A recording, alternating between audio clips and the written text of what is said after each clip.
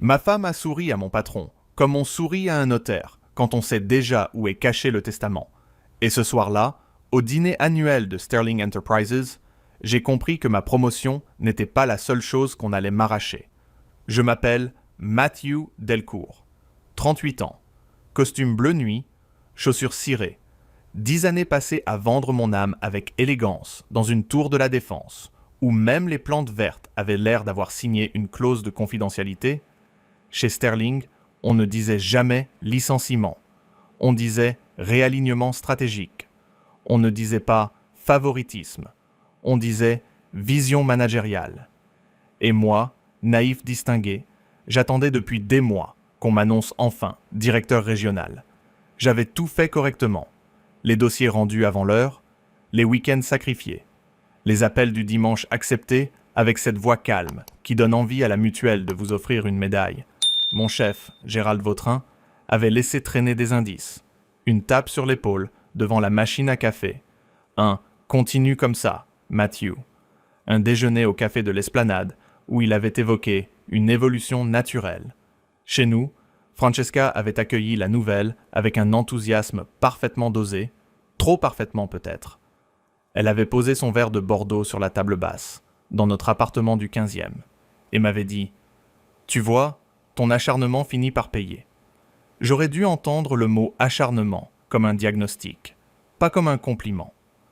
Le soir du dîner, elle a mis une robe vert sombre, sobre, chère, celle qu'elle gardait pour les occasions où elle voulait que tout le monde se sente légèrement mal habillé. Je l'ai regardée dans l'entrée pendant qu'elle ajustait ses boucles d'oreilles devant le miroir. « Tu es magnifique », ai-je dit. Elle a souri sans me regarder. Il faut bien représenter la famille Delcourt. La famille, magnifique concept, surtout quand un seul des deux connaît encore la définition. Nous avons pris un Uber jusqu'à l'hôtel, près de l'Opéra, parce que le métro en costume, c'est une humilité que je réserve aux jours de grève. Dans le hall, il y avait des manteaux en laine, des parfums chers, des rires contrôlés, et cette lumière dorée qui transforme les cadres supérieurs en tableaux de banque privée. Francesca a immédiatement joué son rôle à la perfection. Elle a retenu les prénoms, complimenté l'épouse du directeur financier sur son foulard, parlé de Marseille avec un actionnaire qui y avait un appartement, ri aux blagues de Paul, du juridique, même celles qui auraient mérité une procédure disciplinaire. J'étais fier, vraiment. Pas l'orgueil bête du mari qui exhibe un trophée. Non. Plutôt la satisfaction discrète de voir quelqu'un qu'on aime entrer dans votre monde sans trébucher sur les codes ridicules qui le gouvernent. Puis Gérald est arrivé. Grand, cheveux argentés, sourire de prédateur poli. Il a embrassé Francesca sur les 2 joues, un peu trop lentement. Enfin, je rencontre la fameuse Francesca, a-t-il dit. Fameuse.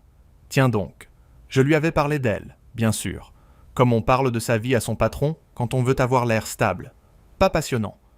Il lui a demandé si elle supportait mes horaires. Elle a répondu « Matthew est marié à Sterling depuis longtemps. Moi, je ne suis que la seconde épouse. » Tout le monde a ri, moi aussi, par réflexe professionnel. Ce petit rire qui dit « Je suis détendu, je suis promouvable. » Gérald a posé sa main sur mon épaule. « Vous avez de l'humour, Francesca. C'est rare dans ce milieu. » Elle a baissé les yeux, juste une seconde. Assez pour que ça ressemble à de la modestie. Assez pour que ça ne le soit pas. Le dîner a commencé.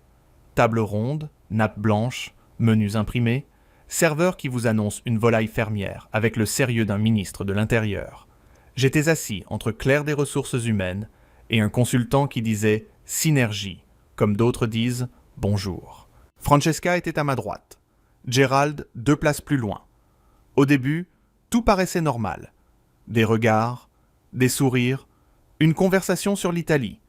Elle expliquait que sa mère venait de Gênes. Il disait qu'il adorait Portofino. Évidemment. Les hommes comme Gérald adorent toujours Portofino. Jamais Dunkerque. Puis j'ai vu le premier détail.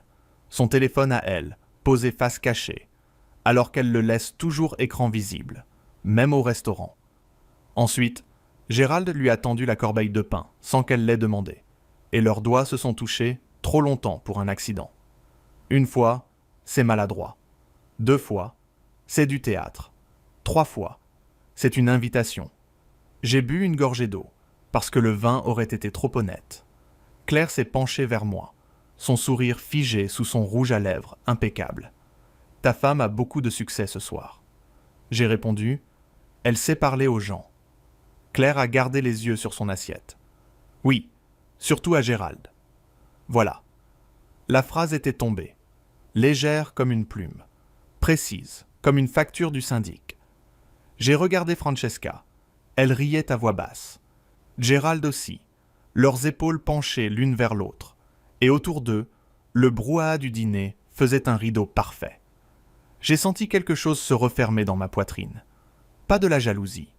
Pas encore. Plutôt ce calme bizarre qui précède les mauvaises nouvelles. Celui qu'on a quand la banque vous appelle pour faire le point sur votre dossier. Francesca s'est tournée vers moi soudain, sourire doux, main sur mon avant-bras. Je dois prendre un appel de ma sœur. Elle panique pour une histoire de CAF. Sa sœur vivait à Lyon, paniquait pour tout. C'était crédible, trop pratique. Maintenant, ai-je demandé, elle a levé son téléphone. Écran noir. 2 minutes. Elle s'est levée, a lissé sa robe et a quitté la salle vers le couloir des toilettes. J'ai attendu.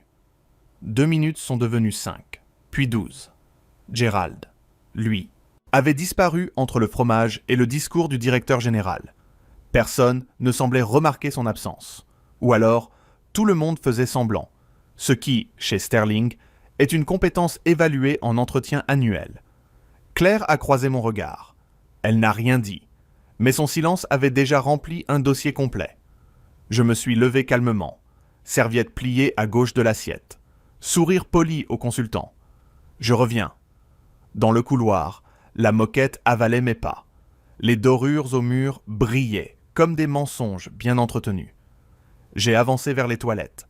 Puis j'ai entendu un rire étouffé derrière la porte du petit salon privé réservé au personnel de l'hôtel. Un rire que je connaissais trop bien. Celui de Francesca quand elle voulait obtenir quelque chose.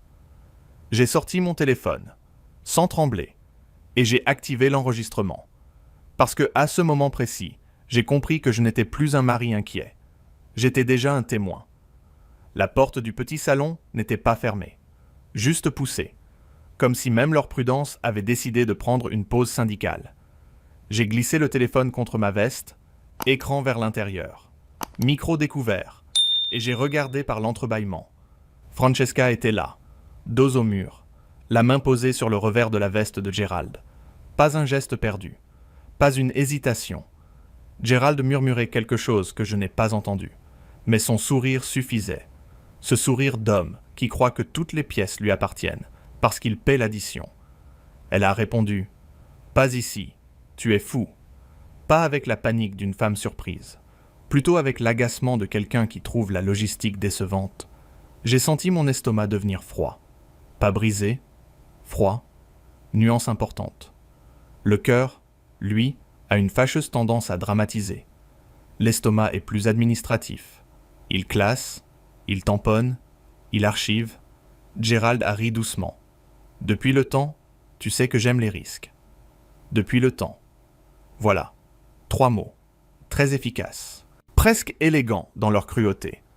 J'aurais pu entrer, renverser une chaise, citer Molière, faire de ce couloir un épisode médiocre de télé-réalité. Mais j'avais passé 10 ans chez Sterling. J'avais appris une chose. Les gens qui crient perdent souvent le procès-verbal. Alors je suis resté immobile. J'ai enregistré encore quelques secondes, assez pour capter sa voix à elle. Matthew ne se doute de rien. Là, j'ai failli rire. Vraiment. Un rire sec, minuscule, parce que c'était faux et vrai à la fois. Je ne me doutais de rien 1 heure plus tôt. Maintenant, je me doutais de tout, ce qui est une promotion intérieure assez rapide. Quand Gérald a avancé la main vers elle, je me suis reculé. Je n'avais pas besoin de cinéma supplémentaire. Je n'avais pas besoin d'images pour nourrir ma dignité. Le son suffisait. Leur absence suffisait. Cette phrase suffisait. J'ai arrêté l'enregistrement. J'ai rangé le téléphone. Puis je suis retourné dans la salle avec le calme d'un homme qui vient de recevoir un diagnostic et cherche encore où garer sa voiture. À table, Claire m'a observé. Ça va. J'ai pris mon verre d'eau. Parfaitement. Elle n'a pas insisté. Les RH savent reconnaître une catastrophe, avant même qu'elle ait un intitulé budgétaire. Francesca est revenue 8 minutes plus tard. Gerald, 2 minutes après elle. Subtilité de débutant. Elle s'est rassise près de moi. Parfum un peu plus présent. Sourire soigneusement domestiqué. Désolé, ma sœur est impossible. J'ai hoché la tête. La CAF aussi, paraît-il. Elle a cligné des yeux. Une microseconde de décalage. Puis, elle a bu son vin. Gerald a repris place comme un roi qui revient d'une promenade dans ses terres. Il a même porté un toast à la loyauté des équipes. Je vous assure, parfois la vie écrit avec une vulgarité que même les mauvais scénaristes n'oseraient pas. Le directeur général a parlé de croissance, d'agilité, de valeurs humaines. Moi, je regardais mon assiette. Une volaille fermière refroidissait devant moi. Morte une deuxième fois pour Sterling Enterprises. À 23h15, au moment où Francesca discutait avec l'épouse d'un associé, j'ai pris mon manteau au vestiaire, envoyé un message à Claire. Je rentre. Pas un mot ce soir. Elle a répondu presque aussitôt. Compris ? J'ai quitté l'hôtel sans chercher Francesca. Dehors, l'air d'avril avait cette fraîcheur parisienne qui vous gifle sans laisser de marque. J'ai marché jusqu'à Opéra. Puis j'ai pris la ligne 8. Costume impeccable, visage neutre, entouré de gens fatigués, d'étudiants, d'un type qui mangeait un sandwich triangle avec la résignation d'un contribuable. Mon téléphone vibrait déjà. Francesca. Puis Francesca encore. Puis « Tu es où ?» Puis Matthew répond. Puis enfin « Ce n'est pas ce que tu crois ». La phrase préférée des gens pour qui c'est exactement ce qu'on croit. À la maison, dans notre appartement du 15e, j'ai posé mes clés dans la coupelle en céramique qu'elle avait achetée à Nantes. J'ai retiré ma veste. J'ai mis l'enregistrement dans un dossier sécurisé du cloud. Parce que l'amour meurt. Mais la prudence fait des sauvegardes. Ensuite, j'ai sorti une valise du placard. Pas pour partir. Pour y mettre ses affaires les plus évidentes. Chargeur, trousse de toilette, 2 pulls, documents personnels. Rien de dramatique. Pas de vêtements jetés par la fenêtre. Nous étions au 6e, et le syndic avait déjà assez de raisons de nous écrire. Elle est arrivée 40 minutes plus tard. Talons à la main, mascara intact, respiration rapide. Matthew. J'étais dans la cuisine, assis devant un café que je n'avais pas bu.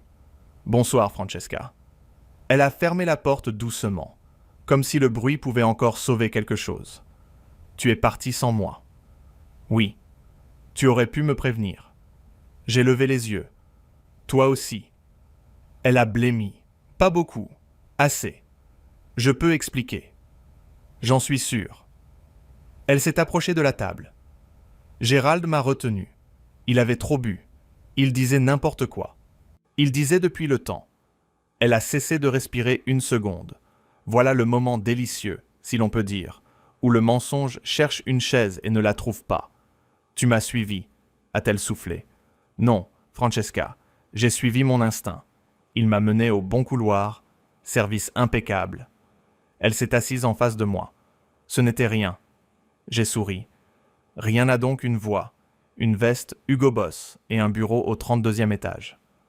Elle a posé ses mains sur la table. J'ai fait une erreur. Une erreur, c'est oublier le digicode. Ce que tu as fait, c'est organiser un mensonge avec traiteur.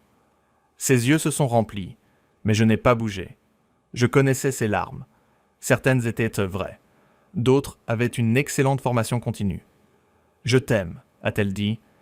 J'ai regardé l'horloge du four. Minuit 26.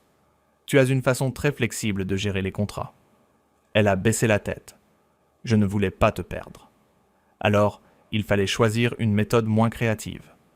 Le silence est tombé, épais, moderne, avec chauffage collectif. Puis j'ai posé la question, calmement, presque poliment. Gerald était le seul. Elle a ouvert la bouche. Rien n'est sorti. Pas un non, pas un oui, juste ce vide immense où viennent mourir les mariages. Et dans ce silence, j'ai compris que le couloir de l'hôtel n'était pas le début de l'histoire, seulement l'endroit où j'avais enfin ouvert la bonne porte. Le lendemain matin, Paris avait décidé de pleuvoir avec cette régularité administrative qui donne l'impression que même le ciel a reçu un courrier recommandé. Francesca dormait sur le canapé, ou faisait semblant. Je n'ai pas mené d'enquête. J'avais déjà assez de preuves pour une saison complète. À 7h30, j'ai mis du café, ouvert mon ordinateur, téléchargé nos relevés bancaires, les contrats, l'assurance habitation, les quittances, tout ce petit théâtre de la vie commune qui paraît romantique uniquement quand on n'a pas à le partager au centime près. Elle est entrée dans la cuisine en pull, trop grand, cheveux attachés, visage défait. « Tu n'as pas dormi ?» J'ai répondu. J'ai optimisé mon temps. Elle a posé une main sur le dossier de la chaise. « Matthew, s'il te plaît. » J'ai fermé l'ordinateur. Notre mariage est terminé. Voilà, pas de trompette, pas de chaise renversée. Une phrase simple, propre, définitive, comme un mail des impôts. Elle a reculé légèrement. Tu ne peux pas décider ça en une nuit. Justement, je soupçonne que tu as pris ton temps avant de m'y aider. Elle a pleuré, cette fois sans élégance. Et j'ai eu mal. Évidemment que j'ai eu mal. Je n'étais pas en marbre, juste bien élevé. Mais la douleur ne changeait pas le verdict. Elle changeait seulement la température de la pièce. Je lui ai dit qu'elle pouvait rester 2 jours, dormir dans la chambre si elle voulait. Je prendrais le canapé. Elle a murmuré « Tu me détestes ». J'ai secoué la tête. Non, Francesca, te détester demanderait encore trop d'organisation.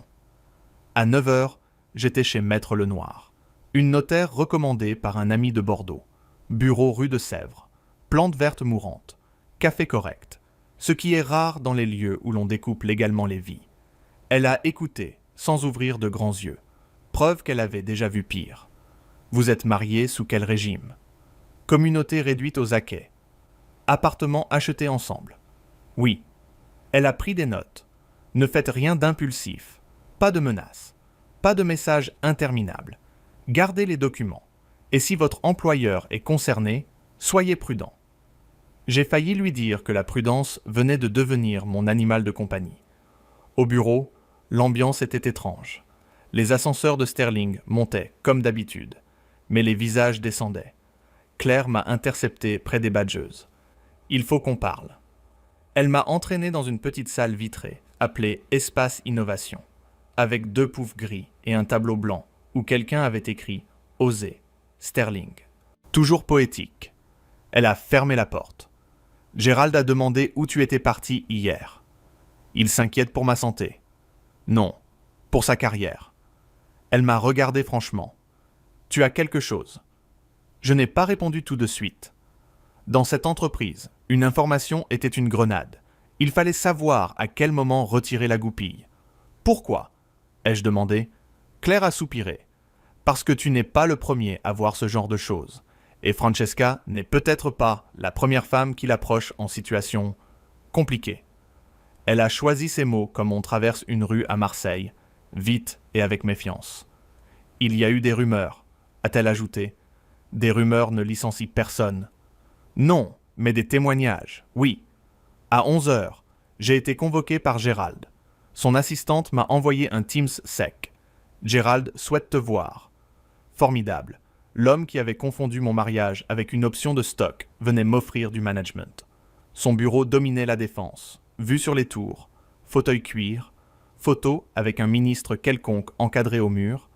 Il m'a accueilli avec son sourire de salon privé. Matthew, hier, tu es parti brusquement. Fatigue. J'espère que Francesca va bien. Il a prononcé son prénom avec une douceur calculée. J'ai noté le détail. Je suis resté debout. Elle survivra. Il s'est appuyé contre son bureau. Écoute, pour ta promotion, le comité se réunit vendredi. Il faut éviter toute instabilité. Tu comprends? Ah, l'instabilité. Donc mon couple détruit était devenu un risque de gouvernance. Il a continué. Je sais que les soirées peuvent créer des malentendus. J'ai souri. Les couloirs aussi. Son visage n'a presque pas bougé. Presque. Je ne sais pas ce que tu imagines. Moi non plus. J'ai donc enregistré. Là, le grand Gérald Vautrin a perdu 1 millimètre de hauteur, ce qui, chez ce type d'homme, équivaut à une chute libre. Tu as fait quoi? Un enregistrement pour ma mémoire? Elle est parfois sélective quand on me prend pour un imbécile. Il a baissé la voix. Fais attention, Matthew. Diffuser ce genre de choses pourrait se retourner contre toi. Je ne diffuse rien. Je protège mes intérêts. Ses yeux se sont durcis. Ta promotion dépend d'un comité. Et votre poste dépend d'un service conformité. Chacun son vendredi. Je suis sorti avant qu'il trouve une réponse correcte. Dans l'open space, mon téléphone a vibré. Message de Francesca. Je veux tout te dire, mais pas par écrit. Tiens, elle découvrait aussi les vertus de la preuve. Puis un autre message est arrivé, d'un numéro inconnu. Vous ne me connaissez pas. Je m'appelle Elodie. J'ai travaillé avec Gérald il y a 3 ans. Claire m'a dit que vous pourriez comprendre. J'ai regardé la pluie cogner contre les vitres de la tour, et pour la première fois depuis la veille, j'ai senti que l'affaire dépassait largement mon mariage. Gérald n'était peut-être pas seulement mon patron. Il était un système. Et moi, sans l'avoir cherché, je venais de mettre le doigt sur la fissure. J'ai rappelé Elodie depuis un banc froid devant la tour, sous l'abri fumeur où personne ne fumait vraiment. On venait surtout y survivre 5 minutes. Sa voix tremblait au début, puis elle est devenue nette, comme quelqu'un qui a rangé sa peur dans un tiroir. Gérald m'a promis une mobilité à Lyon, puis il a commencé à m'écrire tard le soir, à m'inviter à des verres, à me dire que je devais être plus souple si je voulais évoluer. J'ai fermé les yeux, pas de surprise. Juste cette fatigue profonde qu'on ressent quand le cliché se confirme avec un tampon officiel. « Vous avez gardé les messages ?» ai-je demandé. « Oui, et je ne suis pas la seule. » Voilà le twist. Sterling n'avait pas un incident. Sterling avait une collection. À 14 heures, Claire m'a fait entrer dans une salle au fond du couloir, RH, loin des vitres, loin des oreilles. Il y avait Elodie en visio, une ancienne assistante nommée Maude, et un juriste interne qui avait l'air de regretter tous ses choix d'études. J'ai donné mon enregistrement, pas en héros, en homme qui nettoie la table après un dîner raté. Le juriste a écouté 30 secondes, a retiré ses lunettes, puis a dit « On ouvre une enquête formelle ». Claire m'a regardé. « Tu comprends que ça peut faire du bruit ?» J'ai répondu « Après 10 ans chez Sterling, le bruit me changera du silence. » Le soir même, Francesca m'attendait dans l'appartement. Valise ouverte, chemisier plié avec soin, comme si une bonne symétrie pouvait réparer une trahison. « Je pars chez ma sœur à Lyon », a-t-elle dit. « Très bien. » Elle a serré son téléphone. Gérald n'était pas important. J'ai ri doucement, un rire sans joie. Merveilleux. J'ai donc été humilié par un détail secondaire. Elle a baissé les yeux. Il y a eu quelqu'un avant lui. La phrase est tombée entre nous et n'a même pas eu la politesse de se casser. Elle a ajouté « Un client, l'an dernier, à Bordeaux, pendant ton séminaire. » J'ai regardé la fenêtre. Les phares boulevard de Grenelle glissaient sur la pluie. Paris continuait. Évidemment, Paris ne suspend pas le trafic pour un mariage mort. Pourquoi tu me le dis maintenant ? Parce que je ne veux plus mentir. Non, Francesca, tu ne veux plus être prise en train de mentir. Nuance. Elle a pleuré encore. Et cette fois, j'ai ressenti quelque chose d'étrange. Pas de rage. Pas même du chagrin. Plutôt une porte qui se verrouille calmement. Elle m'a demandé si je pouvais un jour pardonner. J'ai répondu « Pardonner ? Peut-être ? Reprendre ? Non ?» Le lendemain, Gérald a été suspendu, officiellement pour manquement grave au code de conduite.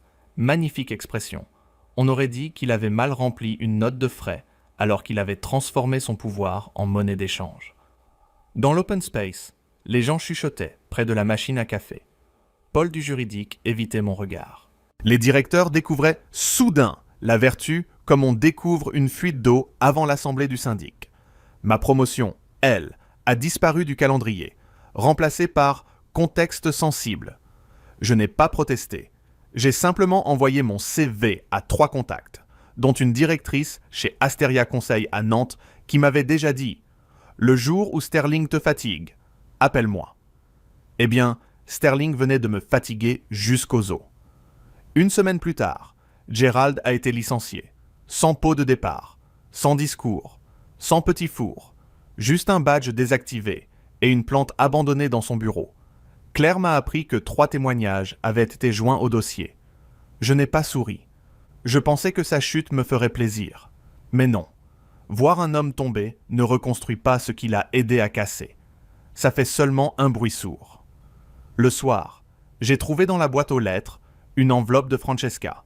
Pas un message WhatsApp, une vraie lettre. Effort vintage, presque touchant.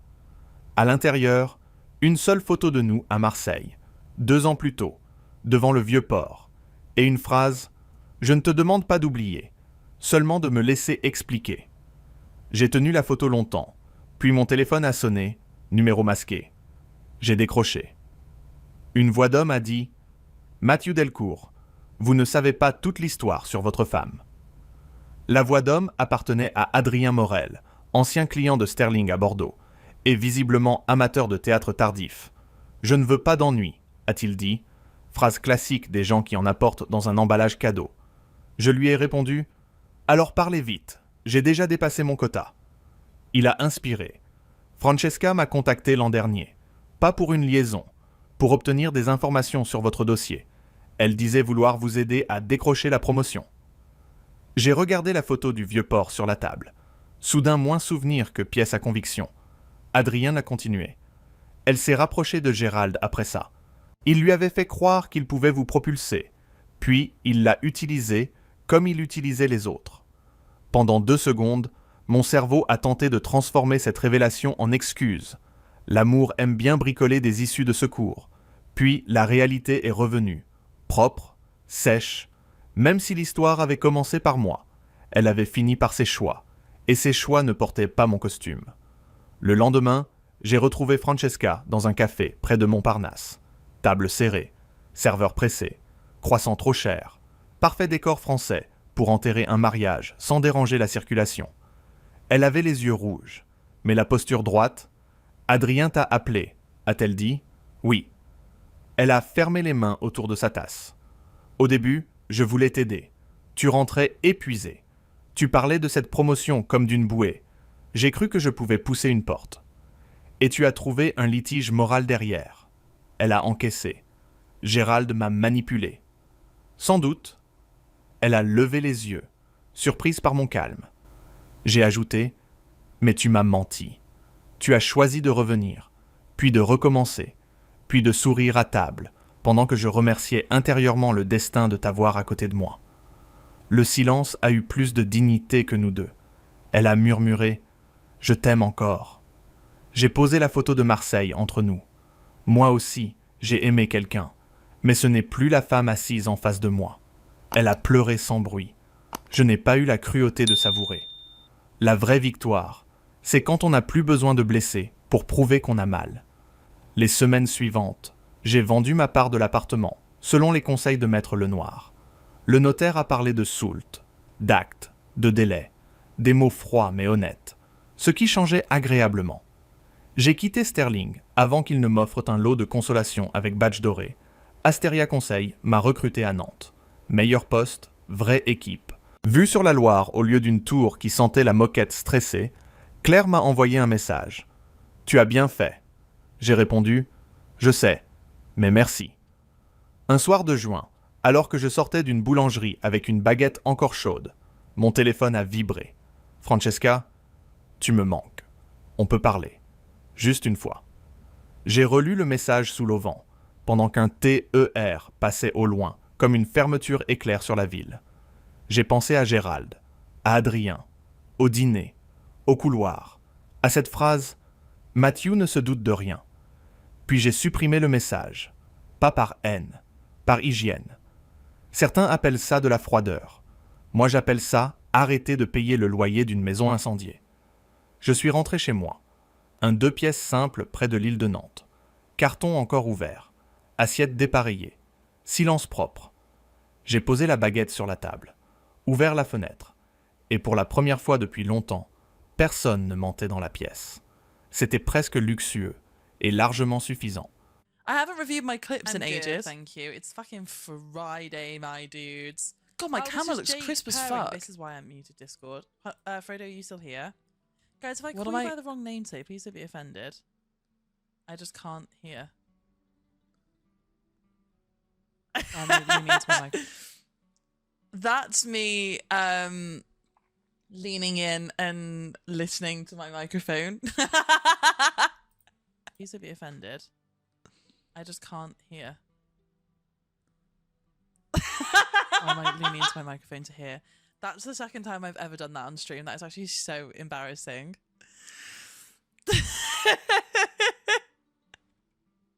With the other ear, I went like that. Oh, the squirrel. Hello, sacked in the morning. You're getting sacked in the morning. Sacked in the morning. Oh, this is really weird. I don't think I told you guys about this. By the way, I'm sorry. This is break now. This person came in to chat, typed something in chat, and then clipped me reading it out, which is always a red flag, but I can't work out. It's a football chant, though. I know the username, but... Oh, the squirrel. Hello, sacked in the morning. You're getting sacked in the morning. Sacked in the morning. Sorry? Is that a football chant? Chant. Don't say chant. I imagine we'll get shit-faced. You really hear my mouth sounds in this microphone, can't you? As a treat. Is Dublin back to normal now? Chant. Chant. Is it? Chant sounds really wrong. Oh my god, I did. Thank you, Jordan. I did. I screenshotted it for someone, but that person's been ignoring me. So, you chant what? Hi, Dot. Hi. I screenshotted it to send to a specific person who I now can't have a message. Sacked in the morning. It's sacked in the morning, but... Oh, thank you, Dips. Oh my god, Dips, you just go back in the VOD to do it? Oh, you censored it! Oh my god, okay, I'll read it out for everyone. Okay, thank you. Ready?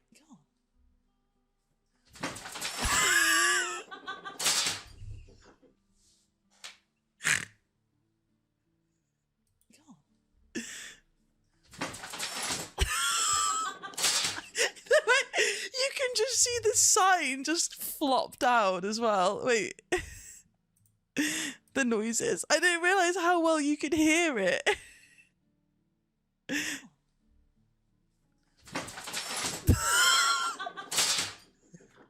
I tripped over my own trouser leg. Like I got my foot trapped in my other trouser leg. Oh,